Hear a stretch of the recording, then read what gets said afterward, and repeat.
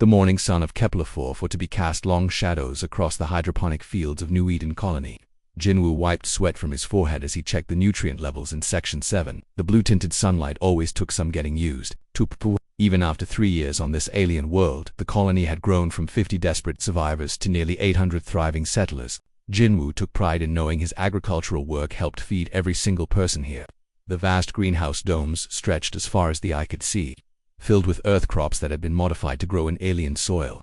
Jin-Woo loved the early morning shifts. The fields were quiet except for the gentle hum of the atmospheric processors and the soft whistle of the alien wind through the dome vents. He could think clearly out here, away from the bustling settlement center where people always seemed to need something. He was adjusting the water flow to the tomato plants when he heard it. A soft thud like something heavy falling near the outer fence. Jinwoo paused, listening. The colony had motion sensors everywhere, but sometimes the local wildlife triggered false alarms. Small creatures that looked like purple rabbits often tried to dig under the barriers. The sound came again, weaker this time. Jinwoo frowned and walked toward the fence line. The security protocols were clear about investigating unusual sounds alone, but he could see the guard tower from here. If something was really wrong, help would come quickly. What he found by the fence made him stop breathing for a moment. A figure lay crumpled against the barrier posts. At first glance, Jinwoo thought it might be a person in some kind of strange suit. Then the figure moved, and he realized this was no human. The being was tall and thin, perhaps 7 feet if it stood upright. Its skin had a translucent quality, like frosted glass, and beneath the surface, Jinwoo could see what looked like veins of light pulsing weakly. The creature wore simple cloth wrappings that had been torn and stained with something that might have been blood, though it was silver rather than red. But it was the eyes that made Jinwoo step closer instead of running for help. Large golden eyes that held an unmistakable expression of pain and desperate hope. These were not the eyes of a monster or an invader. These were the eyes of someone who was suffering. The creature noticed Jinwoo approaching and tried to sit up. It spoke, and the words came out as a series of musical tones and clicks. Jinwoo shook his head apologetically. "I don't understand," he said softly. The being reached into its wrappings with a shaking hand and pulled out a small device. It pressed something on the surface, and suddenly Jinwoo could understand the words. "Please," the creature said, its voice now coming through the translator as feminine and exhausted. "I mean no harm. I need help." Jinwoo glanced back toward the guard tower, then knelt down near the alien. Every rule and regulation he had learned screamed at him to call security immediately. First contact protocols existed for good reasons, but something about the way she spoke, the genuine desperation in her voice, made him hesitate. "Are you hurt?" he asked. "Yes, but that matters little now." The alien tried again to sit up, succeeding this time with obvious effort. "My name is Hannah. I have traveled very far to find humans. You were looking for us specifically." Yes, Hannah's golden eyes met his. "My people are dying. We heard stories of humans, stories that you sometimes help those in need, even strangers. I hope these stories are true." Jinwoo felt his heart skip. The colony had been established as a refuge for Earth's overflow population, but they had always known other intelligent species might exist. Contact was supposed to happen through official channels, with diplomats and scientists and military personnel, not with a farmer in a vegetable field at sunrise. "What kind of help do you need?" he found himself asking. Hannah closed her eyes for a moment, and Jinwoo saw her shoulders shake. When she opened them again, there were tears, though they gleamed like liquid silver. "Food," she whispered. "My children are starving. 200 little ones, the last of my kind, hiding in a broken ship in your asteroid belt. They have not eaten properly in weeks. Soon they will be too weak to survive." The translator conveyed not just her words but somehow the emotion behind them. Jinwoo felt the weight of a mother's desperation, the fear that came with watching children waste away from hunger. "I do not ask for charity," Hannah continued, her voice growing stronger. I will work your fields, human. I will do whatever labor you require. Just please, feed my hungry children." Jinwoo stared at her. This was bigger than anything he could decide alone. This required Dr. Unesio, the colonial administrator. This required security clearance and medical examinations and probably a dozen committees. But looking at Hannah's face, at the way her light veins pulsed weakly under her translucent skin, he knew she might not have time for committees. "Can you stand?" he asked. "I think so." Jinwoo helped her to her feet. She was lighter than he expected, and up close he could see that her people were clearly built differently than humans. Her bones seemed delicate, almost hollow, but her hands were strong. "I'm going to take you to our medical center, Jinwoo," he said. "You need treatment, and we need to make sure you're not carrying anything that could hurt our people." "I understand," Hannah nodded. Caution is wise. As they walked slowly toward the settlement, Jinwoo found himself asking, "How did you know to look for humans? How did you even find us?" "Your people have a reputation among the refugees of this galaxy," Hannah replied. Other species speak of humans who share food with strangers, who risk themselves to save others they have never met. We hoped, desperately, that these stories were true. Jinwoo thought about that as they approached the medical complex. Humanity that had a reputation among aliens they had never met. A reputation for kindness. He wondered if they would live up to it. Dr. Taeho was just arriving for his morning shift when Jinwoo appeared with Hannah. The doctor's eyes widened, but his medical training kicked in immediately. Within minutes, Hannah was in isolation while Dr. Taeho ran every test he could think of. The results were fascinating. Hannah's biology was completely different from human, but she posed no disease risk to the colony. If anything, her presence seemed to have a strange positive effect on the plants in the medical center. The small decorative flowers in Dr. Taeho's office had grown noticeably brighter and larger in just the few hours she had been there. Dr. Yuniseo arrived shortly after receiving Jinwoo's emergency call. The colonial administrator was a serious, the woman who had guided New Eden through some difficult early years. She listened carefully as Jinwoo explained the situation. 200 children, she asked when he finished. According to her, yes. Hidden in a ship in the asteroid belt, Dr. Yuniseo looked through the observation window at Hannah, who sat quietly on the medical bed, her golden eyes patient but watchful. The protocols are clear, Dr. Yuniseo said finally. Unauthorized contact with unknown species is forbidden. Jinwoo's heart sank. However, she continued, the protocols also state that humanitarian concerns can override other considerations in extreme circumstances. She turned to Jinwoo. Do you believe her story?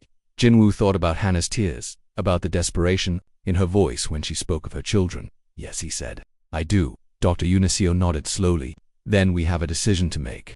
Dr. Yuniseo called an emergency meeting with the senior staff. Jinwoo sat at the table feeling out of place among the doctors, engineers, and security officers. He was just a farmer, but he was the one who had found Hannah. Security Chief Kure spoke first. We cannot allow an unknown alien to remain in our colony. The risk is too great. She has been tested. Dr. Taeho interrupted. She poses no biological threat to us. That we know of, Kyung-ho replied. What about the 200 others she claims are waiting? We have no idea what they might carry. Dr. Yuniseo raised her hand for quiet.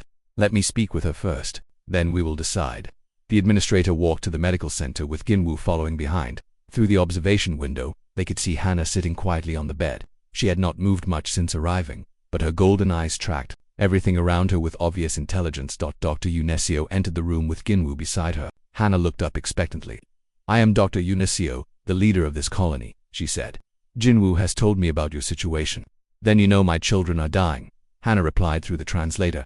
I do not ask for gifts, I offer to work. For food, what kind of work could you do? Dr. Yuniseo asked. Hannah stood slowly. My people have always been connected to growing things. We understand plants in ways that might be useful to you. Show me, Dr. Yuniseo said. They walked to the medical center's small garden area. Dr. Taeho had noticed the plants growing brighter, but now they could all see the effect clearly.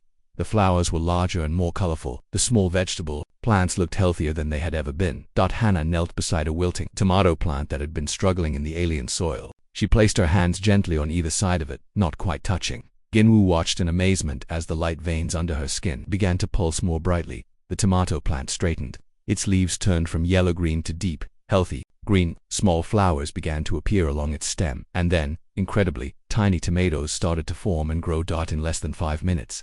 The plant had gone from dying to producing ripe, perfect fruit. How is this possible? Dr. Yuniseo whispered. My people evolved alongside the plants of our world, Hannah explained. We share energy with them. They help us, and we help them grow. Jinwoo picked one of the tomatoes and bit into it. The taste was incredible, better than anything he had grown in 3 years of farming on this world. If I could work with your farmers, Hannah continued, I could help your crops grow better than they ever have. Enough food to feed my children and many of your people as well. Dr. Yuniseo looked at Jinwoo. What do you think? I think we should give her a chance, Jinwoo said. But I also think we should see the children first. Make sure they are really there and really need help. That is fair, Hannah nodded. But, please, hurry. They grow weaker each day. Dr. Yuniseo made her decision. We will send a small ship to investigate. If your children are there and need help, we will bring them here. In return, you will work with our farmers to improve our food production.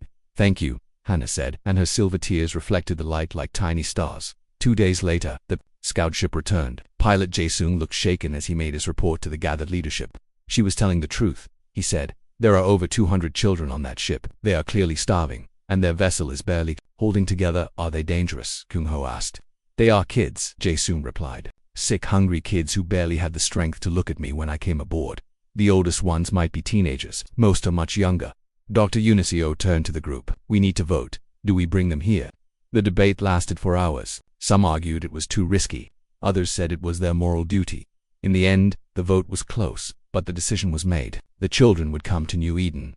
3 days later, Jinwoo stood with Hannah in the main landing bay as shuttle after shuttle brought the young Keltron to the colony. Each child was thin and weak, their light veins dim under their translucent skin, but their eyes held the same intelligence and gentleness that Hannah showed. Dr. Tae-ho and his medical team worked around the clock to examine each child and provide nutrition. The youngest were barely alive, but none were beyond help. Teacher Hanbyul volunteered to help set up education for the children. They learn incredibly fast, she reported after the first week. Some of the older ones already speak basic human language without the translators. But it was in the fields that the real magic happened. Jinwoo took Hannah to the agricultural domes on her first day of work. Foreman Dongmin was skeptical about working with an alien. But his attitude changed quickly when he saw what Hannah could do. Working together with the human farmers, Hannah helped the crops grow in ways they had never imagined.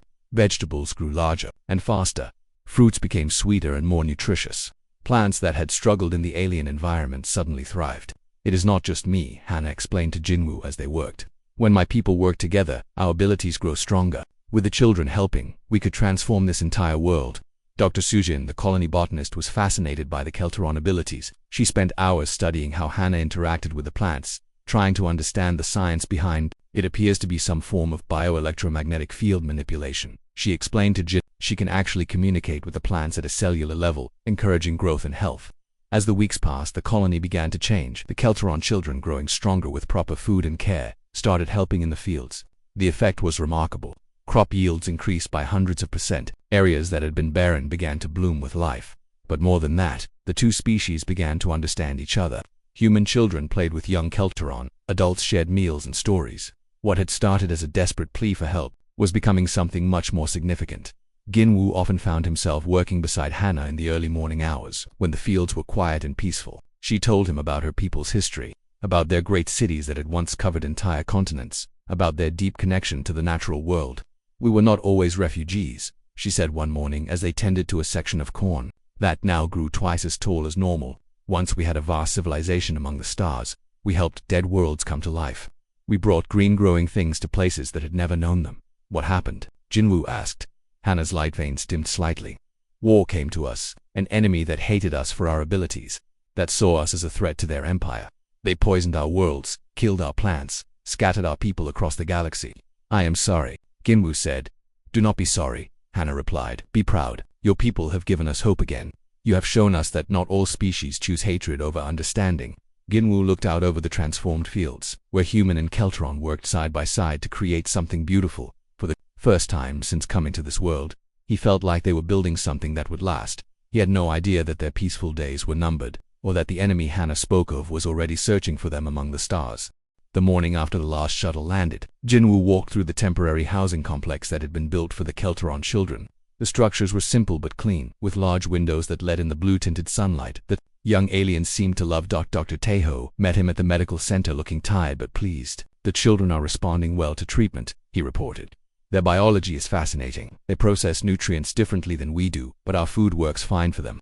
How are they adjusting? Jinwoo asked. Better than I expected, and they are remarkably adaptable. Dr. Tae-ho smiled, and the effect they have on our environment is extraordinary. Jinwoo had noticed the changes to plants throughout the colony were growing more vibrantly. The air seemed cleaner and fresher. Even the water in the processing centers tasted better. There is something else, Dr. Tae-ho said, his voice becoming more serious. I need to show you something. They walked to the isolation ward where the sickest children had been placed. Jinwoo expected to see the same weak, struggling youngsters from the first day. Instead, he found children who were sitting up, talking, and even playing simple games. But that was not what Dr. Tae-ho wanted to show him. Look at this, the doctor said, pointing to a corner of the room, where there had been bare metal walls 3 days ago. Now there was a garden. Vines grew up the walls. Their leaves a beautiful silver green. Flowers bloomed in containers that the children had somehow created from scraps of metal and cloth. The entire room had been transformed into a living space. They did this, Jinwoo asked. In 2 days, Dr. Tae-ho confirmed, the children who were too weak to walk are now growing things from nothing. It is like they draw strength from the act of creation itself. A young Keltron girl, perhaps 10 years old in human terms, approached them. Her light veins pulsed with healthy brightness, and her golden eyes sparkled with curiosity. Hello, she said in careful human words. I am Minji. Are you the farmer, Jinwoo, that Aunt Hannah speaks about? Jinwoo knelt down to her level. Yes, I am. How do you know human language so well? Minji smiled, and Ginwoo was struck by how the expression was exactly like a human child's despite her alien features. We learn fast when we are happy, and we are very happy here. Minji is one of our best students, Dr. Teho said. She has been helping translate for the younger children. Can you show me what you did to this room? Jinwoo asked. Minji nodded eagerly. She placed her small hands on the wall, and Jinwoo watched as the light veins in her arms began to glow. Where she touched, new vines began to sprout, growing quickly up the surface. We make things grow because growing things make us strong, she explained. Aunt Hannah says humans understand this too. She says you are farmers like we are. That is right, Jinwoo said. Would you like to see the big growing places where we make food? Minji's eyes went wide. Could we help? That afternoon, Jinwoo brought a group of the older children to the agricultural domes. Teacher Hanbyul came with them, along with Dr. Sujin, who wanted to observe their abilities. The children's reaction to the fields was immediate and dramatic. They ran between the rows of plants, their light veins glowing brightly with excitement. Everywhere they went, the crops responded. Cornstalks grew taller, tomatoes became redder, and leafy vegetables spread their leaves wider. It is like they are singing to the plants, Dr. Sujin whispered to Jinwoo. And the plants are singing back. Dongmin, the farm foreman who had been suspicious of aliens, stood watching with his mouth open. In 30 years of farming, I have never seen anything like this, he said. The children worked with joy and energy that was infectious. They seemed to understand instinctively what each plant needed. A young boy named Woojin spent an hour helping a struggling bean plant, coaxing it to grow strong and healthy. A girl called Soyoung discovered that the soil in Section 12 was too acidic and somehow balanced it just by placing her hands on the ground. But it was when they worked together that the real magic happened. 20 children gathered around a section of the field that had always been problematic. The soil was poor, and nothing grew well there despite the farmer's best efforts. The children formed a circle and placed their hands on the ground. Ginwoo watched in amazement as the light veins of all 20 children began to pulse in unison. The ground beneath their hands started to change. The color shifted from gray-brown to rich dark earth. New minerals seemed to appear in the soil. The air itself became fresher and more alive. When they finished, the entire section had been transformed. Dr. Sujin immediately ran soil tests and found that the ground was now perfect for growing almost anything. How did you do that? She asked the children. Minji, who seemed to be the group's spokesperson, answered, we listen to what the earth wants to be. Then we help it become that. Could you teach us? Dr. Sujin asked. The children looked at each other and smiled. We can try, Minji said. But humans think differently than we do. You might need to learn a new way of thinking. Over the following weeks, the children became a regular part of the colony's life. They attended classes with human children, learning about Earth history and science. In return, they taught the humans about their deep connection to living things. The transformation of the colony was remarkable. Food production increased dramatically. The air became cleaner as the children encouraged the growth of oxygen-producing plants. Even the water systems improved as special algae that the children cultivated filtered out impurities. But the most significant change was in the people themselves. Jinwoo noticed it first in the other farmers, working alongside the Kelteron. Children, they began to develop a different relationship with their crops. They learned to observe more carefully, to listen to what the plants needed rather than just following standard procedures. Hanbyul reported that the human children were excelling in their studies. It is as if the presence of the Kelteron children has somehow enhanced their ability to learn. She told Dr. Yoon-SEO. Dr. Teho made a more scientific observation. The bioelectromagnetic fields the children generate seem to have a positive effect on human brain function. Not anything dramatic, but measurable improvements in memory, focus, and problem-solving abilities. The colony was becoming something new, a place where two species were learning to live and work together in ways that benefited both. But not everyone was happy with the changes. Security Chief Kyung-ho called a meeting with Dr. Yoon and the senior staff. I am concerned about our growing dependence on the aliens, he said. What happens if they decide to leave? What happens if they turn against us? They are children, Dr. Yoon replied, and they have nowhere else to go. They are powerful children, Kyung-ho insisted. They have transformed our entire ecosystem in a matter of weeks. That kind of power could be dangerous. Or it could be exactly what we need, Jinwoo said. This world was always hostile to us. We were surviving, but barely. Now we are thriving. Dr. Sujin supported Jinwoo. The children have shown us possibilities we never imagined. They are not just helping us grow food. They are teaching us to work with nature instead of fighting against it. The debate continued for hours, but in the end, Dr. Yoon made the decision that would define the colony's future. The children stay, she announced. They are part of our community now. We will protect them, and they will help us build something better than we ever could have alone. That night, Jinwoo walked through the fields under the alien stars. The crops glowed softly in the darkness, a side effect of the Kelteron influence that made the entire colony look magical.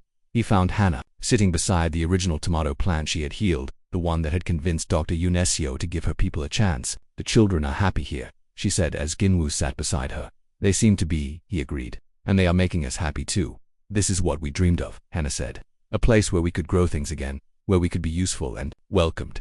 "You are more than useful," Ginwoo replied. "You are family now." Hannah smiled, and her light veins pulsed warmly. "Yes, family." Neither of them noticed the small sensor probe that had been watching the colony from the edge of the system. Neither of them saw it turn and accelerate toward the stars, carrying information about the location of the lost Kelteron refugees. The peaceful days of New Eden were about to end. Dr. Sujin made the discovery 3 weeks after the children had fully integrated into colony life. She was studying tissue samples from the Kelteron to better understand their remarkable abilities, when she noticed something that made her blood run cold. The microscopic analysis revealed damage at the cellular level that was far too precise to be natural. The pattern was unmistakable to anyone with advanced biological training. This was not a disease or natural degradation. This was a weapon. She ran the tests 3 more times to be certain, then immediately called Dr. Tejo to her laboratory. "Look at this," she said, pointing to the display screen that showed Kelteron DNA. "See these breaks in the genetic sequence? They are too regular, too specific to be random." Dr. Tejo studied the data carefully. As the colony's chief medical officer, he had seen many forms of biological damage, but this was unlike anything in his experience. "It looks like something was designed to target their specific genetic markers," he said slowly. "But that would mean ... Someone engineered a weapon specifically to kill the Kelteron people," Dr. Sujin finished. "The plague that Hannah told us about is not a natural disease. It is genocide." They worked through the night, analyzing samples from all the children. The results were consistent and terrifying. Every single Kelteron carried the same genetic damage. The weapon was designed to be slow-acting, allowing it to spread through the entire population before the symptoms became obvious. Worse yet, the damage was progressive. Without treatment, every Kelteron would eventually die from it. "We need to tell Hannah," Dr. Tejo said. "We need to tell Dr. Unesio first," Sujin replied. "This changes everything." The emergency meeting was called for dawn. Dr. Unesio listened in grim silence as the 2 scientists presented their findings. Jinwoo, who had been included because of his close relationship with Hannah, felt sick as he understood the implications. "You are saying that someone committed genocide against the Kelt?" Dr. Unesio asked. "That is exactly what we are saying," Dr. Sujin confirmed. "And whoever did it might still be out there." "We need to ask Hannah about this," Jinwoo said. "She might know who was responsible." They found Hannah in the fields, working with a group of children to establish a new section of food crops. She looked up with her usual warm smile as they approached, but the expression faded when she saw their serious faces. "What is wrong?" she asked. Dr. Sujin showed her the genetic analysis on a portable display. Hannah studied the data and Gin watched as understanding dawned in her golden eyes. "You have discovered the truth," she said quietly. "Why did you not tell us?" Dr. Unesio asked. Hannah looked at the children playing nearby, their light veins glowing with health and happiness. "Because I did not want you to see us as a threat. I did not want you to think that helping us might bring danger to your people." "Tell us about who did this," Jinwoo said. Hannah sat down heavily on a supply crate. Her light veins dimmed as she spoke. "They called themselves the Malteron Empire. They have conquered dozens of star systems over the past 1,000 years. They see any species with unusual abilities as a threat to their dominance." "Why did they target your people specifically?" Dr. Tejo asked. "Because we could make dead worlds live again," Hannah replied. "We could transform entire planets into gardens." "The Maltarans saw this as competition for the resources they wanted to claim, so they created a weapon to kill all of you," Dr. Sujin said. "Not just kill us, destroy us completely. The weapon was designed to make our abilities fail first. We watched our gardens die before we began dying ourselves." Jinwoo felt anger rising in his chest. The idea of someone destroying an entire species out of greed and fear made him furious. "How many of your people survived?" he asked. "We do not know, perhaps a few thousand scattered across the galaxy. Most are probably dead by now." Hannah looked up at the human faces around her. "The children here and I may be among the last." Dr. Unesio was quiet for a long moment. Then she asked the question that Jinwoo had been dreading. "Are we in danger because we helped you?" Hannah nodded slowly. "If the Maltarans discover you have given us shelter, they will see you as enemies. They do not tolerate species that oppose." Then we need to prepare," Security Chief Kung Ho said. He had been listening from nearby and now stepped forward. "How long do we have?" "I do not know. We were very careful when we came here. Our ship was designed to avoid detection. But the Maltarans have many resources." As if summoned by their conversation, Communications Officer Borum came running across the field toward them. "Dr. Unesio," she called breathlessly. "We are receiving a signal from the edge of the system. Multiple ships approaching at high speed." "Human ships?" Dr. Unesio asked, though the expression on Hannah's face already told them the answer. "No. Bjorn replied. The signature is completely unknown, and they are not responding to our attempts at communication. Hannah stood up, her entire body now glowing with light veins that pulsed rapidly with what Jinwoo recognized as fear. They have found us, she whispered. Dr. Unesio immediately activated the colony's emergency protocols. Alarms began sounding across New Eden as people ran to their assigned positions. The colony had drills for various emergencies, but they had never prepared for an alien invasion. How long until they arrive? Dr. Unesio asked Biram. At their current speed, approximately 6 hours. What are their capabilities? Kyung-ho asked Hannah. The Moltarans are a warrior species. Their technology is advanced, and they have no mercy. They will demand that you surrender us immediately. And if we refuse, they will destroy your colony and everyone in it. An emergency meeting was called in the colony's main hall. Every adult in New Eden gathered to hear the situation and decide their response. Jinwoo sat with Hannah and several of the older Kelteron children, including Minji, who translated for the younger ones. Dr. Unesio presented the facts clearly. The approaching ships belonged to a hostile alien empire that had committed genocide against the Kelteron. They would likely demand the surrender of all refugees. If refused, they would probably attack the colony. We have 3 options, she announced. We can surrender the Kelteron to save ourselves. We can try to negotiate some kind of compromise, or we can refuse their demands and prepare to fight. The debate that followed was intense. Some colonists argued for surrender, saying they had not signed up to fight an interstellar war. Others insisted that giving up the children would be morally unacceptable. Jinwoo listened to the arguments for nearly an hour before he stood to speak. The hall quieted as people turned to hear the farmer who had started it all.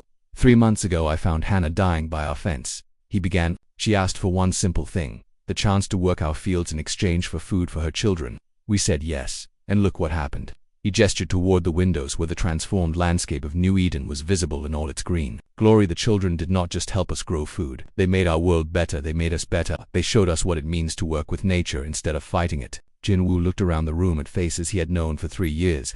People who had struggled together to build a new life on an alien world. Now someone wants to take them away from us. Someone who destroyed their entire civilization because they were afraid of people who could make gardens grow. His voice grew stronger as he continued. We came to this world as refugees, too. We came here because Earth could not support us anymore. The Kelteron came here for the same reason. If we give them up now, what does that make us? The hall was completely silent.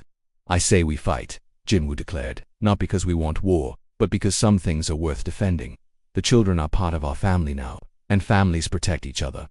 The vote was not even close. By an overwhelming margin, the colonists of New Eden chose to stand and fight for their adopted Kelteron family. Dr. Unesio nodded grimly as the results were announced. Then we prepare for war. As the meeting broke up, Hannah approached Jinwoo with tears of liquid silver running down her face. Your people have chosen to risk everything for us, she said. How can we ever repay such kindness? Jinwoo smiled and put his hand on her shoulder. You already have. You gave us hope for what we could become. Outside, the first Moltaran ships appeared as bright dots against the starfield, growing larger as they approached New Eden. The peaceful days of the colony were over, but as Jin looked around at the humans and Kelteron working together to prepare defenses, he realized that something new was beginning, something that might be even more important than peace. They were about to discover what 2 species could accomplish when they stood together against tyranny. The Moltaran fleet arrived exactly when predicted. 12 massive warships dropped out of hyperspace at the edge of the system, their dark hulls bristling with weapons that could destroy planets. On New Eden, the colonists watched the tactical displays with growing fear. Each Moltaran ship was larger than their entire settlement. The combined firepower of the fleet could reduce the planet to molten rock in minutes. We are receiving a transmission, Communications Officer Biram announced. The main screen flickered to life, showing a creature that made Jinwoo's blood run cold. The Moltaran commander was tall and heavily armored, with multiple arms and eyes that glowed red in a skull-like face. When it spoke, its voice was like grinding metal. Humans of New Eden, it said through the universal translator. I am War Commander Thakmor of the Moltaran Empire. We know you harbor the diseased remnants of the Kelteron species. Surrender them immediately, and we will allow you to live. Dr. Unesio stepped forward to respond. This is Dr. Unesio, Administrator of New Eden Colony. The Kelteron are under our protection. We will not surrender them. The Moltaran's multiple eyes focused on her with obvious contempt. You do not understand what you are protecting. The Kelteron are a plague upon the galaxy. Their abilities threaten the natural order. They must be eliminated. We understand perfectly, Dr. Unesio replied. You are afraid of people who can create life instead of destroying it. You have 1 hour to reconsider, Thakmor snarled. After that, we will take them by force. The transmission ended, leaving the colonists in grim silence. What do we do? Now Kyung-ho asked. Jinwoo looked at Hannah, who stood with the Kelteron children. Minji and the other older ones were trying to comfort the younger ones, but he could see the fear in their golden eyes. "We fight," he said, "but not the way they expect." Over the next hour, Jinwoo worked with Engineer Borum and the agricultural teams to implement a plan that seemed impossible. The Kelteron children, despite their fear, volunteered to help with something that had never been attempted before. "You're sure this will work?" Borum asked as they watched the children spread out across the fields. "No," Jinwoo admitted, "but it is our only chance." The plan was based on what they had learned about Kelteron abilities over the past months. The children could not just help plants grow. They could communicate with all living things and even influence the planet's ecosystem itself. Working together, guided by Hannah and the older children, they began to transform New Eden into something the Moltarans had never encountered before, a world that could defend itself. The children placed their hands on the ground and reached out with their abilities. Jinwoo watched in amazement as the planet responded. Plant networks that had taken months to establish began growing and connecting at incredible speed.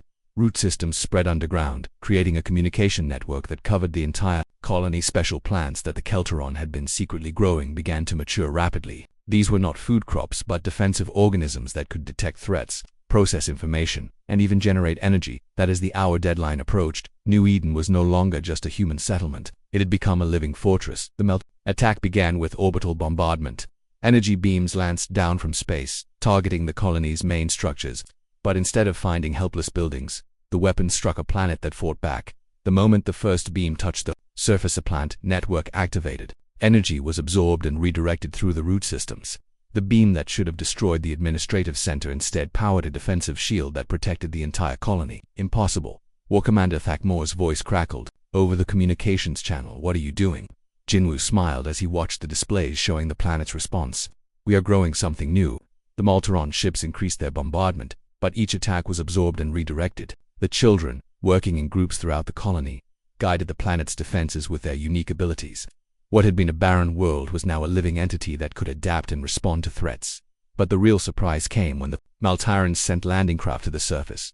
The first wave of Maltyran soldiers expected to find defenseless human farmers. Instead, they found themselves facing an environment that had turned hostile. Vines erupted from the ground to entangle their vehicles. Trees grew thorns that could pierce armor. The very air became thick with spores that confused their senses. Pilot Jae-sung led the colony's small fleet of atmospheric fighters in support of the ground defenses. But his ships were no longer just human technology. Working with the Kelteron, engineer Borum had modified them with biological components that made them faster, more maneuverable, and nearly impossible to target.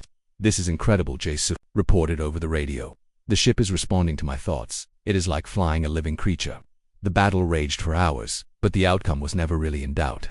The Moltarans were used to fighting conventional enemies with predictable weapons and tactics. They had no experience with a planet that could think and fight back. As the sun set over New Eden, the surviving Moltaran forces retreated to their ships. War Commander Thakmore made one final transmission. "This is not over, humans. The Empire will send more ships. You cannot hide behind your plan tricks forever." "We are not hiding," Dr. Unesio replied. "We are growing." The Moltaran fleet withdrew, but they left behind scanning probes to monitor the system. Jinwoo knew they would be back, probably with a much larger force.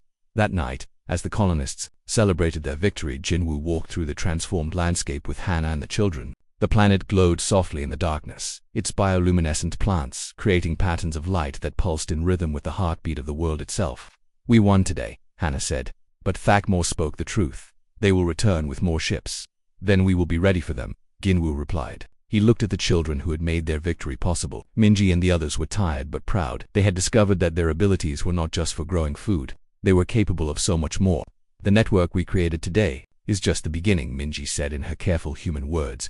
"If we have time, we can make this entire world into something the Moltarans have never seen before." Dr. Sujin, who had been monitoring the biological changes throughout the battle, approached with exciting news. "The planetary transformation is accelerating beyond our projections," she reported. "The combination of human technology and Kelteran abilities is creating something entirely new. We are not just defending a colony anymore. We are evolving an entire ecosystem." Over the following weeks, as long-range sensors tracked the Moltaran reinforcements gathering in distant systems, New Eden continued to change. The children worked tirelessly to expand the planetary network. Every day brought new capabilities, and defenses. Engineer Borum worked with the older Kelteron to create hybrid technologies that seemed impossible. Ships that could heal themselves when damaged, weapons that grew stronger the longer they fought, communication systems that operated through the planet's root networks faster than any electronic system. "We are not fighting technology with technology anymore," she explained to Jinwoo. "We are fighting with life itself." The transformation was not limited to defensive systems. The agricultural output of New Eden increased dramatically as the planetary network optimized growing conditions across the entire world. They were producing enough food to support 10 times their current population. This abundance allowed them to take a step that would change everything. Dr. Unesio authorized the construction of new transmission arrays powered by the planet's bioelectric network. These would be used to send a message across the galaxy, a message that would reach every refugee, every oppressed species, every world that had suffered under Melteron rule. The message was simple: New Eden offers sanctuary. Come to us, and we will help you grow strong. Jinwoo stood with Hannah as they recorded the transmission. Her light veins pulsed with hope as she spoke to her scattered people in their own language, telling them they had found a place where they could be safe and useful again. But the message went further than just the Kelteron. Human refugees from overcrowded worlds heard it too. Other alien species that had been displaced by Malteron aggression began turning their ships toward the New Eden system. "Are we ready for this?" Jinwoo asked Dr. Unisio as they watched the first response ships appearing on long-range sensors. "No," she admitted, "but we will learn as we go. That is what humans do best." The first refugee ship arrived 2 weeks later. It carried survivors from a world the Malterans had strip-mined for resources. The second brought aquatic beings whose home ocean had been poisoned. The third held a species of silicon-based life forms that had been hunted nearly to extinction. Each group brought new challenges, but also new possibilities. The aquatic beings helped establish underwater farms that tripled food production. The silicon-based life forms could process minerals in ways that revolutionized manufacturing. Other species brought technologies and abilities that complemented what humans in Kelteron had already achieved. New Eden was becoming something unprecedented, a world where dozens of species worked together, each contributing their unique strengths to create something greater than any of them could achieve alone. But with each arriving ship, the Malteron response grew more urgent. Intelligence reports indicated that a massive fleet was being assembled, larger than anything the Empire had ever sent against a single world. "They are afraid," Hannah observed as she studied the tactical reports. For the first time in their history, they faced something that might actually stop their expansion. "Good," Jinwoo replied. "Fear makes people make mistakes." As the next Malteron fleet approached, New Eden was no longer the simple farming colony it had been. It was the capital of a growing alliance of species united by a simple principle, that cooperation was stronger than conquest. The real test of that principle was about to begin. The second Malteron fleet arrived 6 months later with 50 warships, each one larger and more heavily armed than those in the first attack. War Commander Thakmor had been replaced by Supreme Admiral Vexkhan, a veteran of 100 conquered worlds who had never known defeat. But the New Eden that awaited them was not the same world they had left behind. Jin-Woo stood in the new command center, a living structure that had grown from the planet itself. Around him, representatives from dozens of species worked together at stations that merged biological and technological systems in ways that should have been impossible. Dr. Unesio, now serving as the first director of the New Eden Alliance, coordinated the defense from a command throne that was part chair, part tree, and part computer. Through her neural link to the planetary network, she could see and respond to threats across the entire system. Malteron fleet dropping out of hyperspace, reported Communications Officer Biorum, whose station was tended by flowering vines that processed information faster than any electronic system. 57 capital ships, 300 support vessels. They brought friends this time, Jinwoo observed. Hannah, now serving as the Alliance's chief agricultural officer, smiled from her own biostation. So did we. The space around New Eden was no longer empty. Ships from dozens of species floated in defensive formations, but these were not the metal vessels of traditional warfare. Alliance ships were living creatures as much as they were machines, grown in orbital gardens and capable of healing, adapting, and evolving during battle. Pilot Jaesoon commanded a squadron of fighter organisms that looked more like flying jellyfish than traditional aircraft. His pilots included humans, Kelteron, and members of 6 other species, all linked through the biological communication network that allowed them to function as a single coordinated entity. "All defense forces report ready," he announced. Supreme Admiral Vexkhan's first transmission was arrogant and dismissive. "Beings of New Eden, you have harbored enemies of the Malteron Empire and corrupted the natural order with your biological abominations. Surrender immediately, or we will cleanse this system of all life." Dr. Unisio's response was calm and confident. "Admiral Vexkhan, you are not welcome in this system. Leave now, and no harm will come to your forces." The Malteron's laughter was like breaking glass. "You think your plant tricks will work twice? We have come prepared." The attack began with a bombardment unlike anything the galaxy had ever seen. The Malteron fleet fired weapons designed specifically to destroy biological matter, energy beams that could kill living tissue and disrupt bioelectric systems. But the Alliance was ready. As the deadly energy rained down on New Eden, the planet did not just absorb it as before. This time it transformed the attack into something new. The bioelectric network that now covered the entire world converted the Moltaran weapons into pure life energy. Across the planet's surface, forests exploded into growth. New species of defensive plants erupted from the soil. The ocean itself began to glow as aquatic organisms multiplied exponentially. And then New Eden struck back, from launch points that had once been simple farms. Massive seed pods shot into space. Each pod contained thousands of organisms designed for space warfare, living ships that could survive in vacuum, bioelectric entities that could disable enemy systems, and microscopic lifeforms that could eat through Melteron armor. The space battle that followed was unlike anything in galactic history. Traditional weapons met biological warfare. Metal ships fought against living creatures. The cold efficiency of the Melteron Empire clashed with the chaotic creativity of life itself. Supreme Admiral Vex Khan watched in growing horror as his supposedly invincible fleet was overwhelmed by an enemy that refused to follow the rules of conventional warfare. His ships were being eaten from the inside by organisms that converted metal into nutrients. His weapons were being turned against him by creatures that could absorb energy and redirect it. "This is impossible," he transmitted to his remaining ships. "Retreat and regroup." But retreat was no longer an option. The space around New Eden had become a living ecosystem that trapped the Molteron ships like insects in a web. Every attempted escape route was blocked by swarms of organisms that moved too quickly to target effectively. "Admiral Dr. Yun," voice came over the communication channel. "Your empire has spent centuries destroying life wherever you found it. Today, life fights back." The battle ended not with a great explosion but with something far more significant. The surviving Molteron ships simply stopped fighting. One by one their crews began to surrender, not to superior force, but to a realization that they were facing something completely beyond their understanding. Supreme Admiral Vex Khan was brought to New Eden's surface in a transport pod grown specifically for the purpose. When he emerged, he found himself in a garden where former enemies worked side by side to create beauty instead of destruction. Jinwoo met him at the landing site, flanked by Hannah and representatives from a dozen allied species. The Molteron Admiral was a fearsome sight in his combat armor, but his eyes held confusion and something that might have been wonder. "You defeated us," Vex Khan said. "Why do we still live?" "Because killing you would not solve anything," Jinwoo replied. "Your empire exists because species are afraid of each other, because they think survival requires conquest. We want to show you another way." They walked through the transformed landscape of New Eden, where crystalline spires grown by silicon-based beings reached toward the sky, where aquatic gardens created by the water dwellers sparkled in artificial pools, and where human and Keltron children played together among flowers that glowed with their own inner light. "This is what cooperation creates," Hannah explained to the stunned admiral. "Not just survival, but abundance. Not just existence, but joy." Dr. Sujin showed him the medical centers where the bioweapon that had nearly destroyed the Keltron was being not just cured, but transformed into treatments that could heal dozens of genetic disorders across multiple species. "Your people created a weapon designed to kill," she said. "We turned it into medicine designed to heal."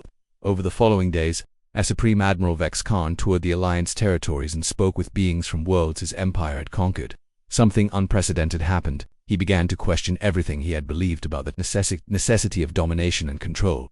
The transformation reached its climax when he met Mingyi, now a young adult who served as the Alliance's first interspecies translator. She had grown up on New Eden, learning languages and customs from dozens of different worlds. "My Aunt Hannah told me you conquered her homeworld," Mingji said as they sat in a garden where plants from 50 different planets grew together in harmony. "Yes," Vex Khan admitted. "We destroyed it to prevent your people from spreading, and now—" The Molteron Admiral looked around at the thriving community where his former enemies lived and worked together. "Now I think we destroyed something beautiful that we were too afraid to understand." News of the Molteron defeat spread across the galaxy faster than hyperspace travel. For the first time in over 1,000 years, the Empire had been stopped. More importantly, they had been convinced to change. Supreme Admiral Vex Khan returned to Molteron space with a message from the Alliance. Any world that wanted to join them would be welcomed. Any species that wanted to learn cooperation instead of conquest would find teachers, and any being that was tired of living in fear could find sanctuary on New Eden. The response was overwhelming. Within a year, over 100 worlds had joined the Alliance. Former enemies became allies. Conquered species found their freedom. The galaxy began to bloom with life and cooperation instead of war and oppression.